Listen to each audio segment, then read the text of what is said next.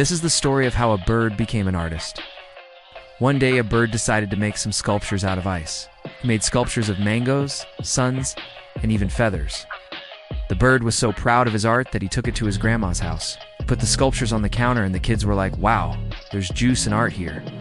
So the bird said, "I'm going to open up a gallery." And the kids were like, "We want to see the art, not the juice." So the bird decided to make the art more visible.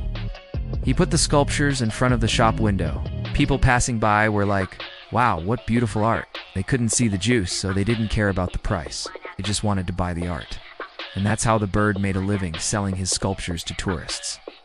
And that's why the shop is now called the Juice Art Gallery.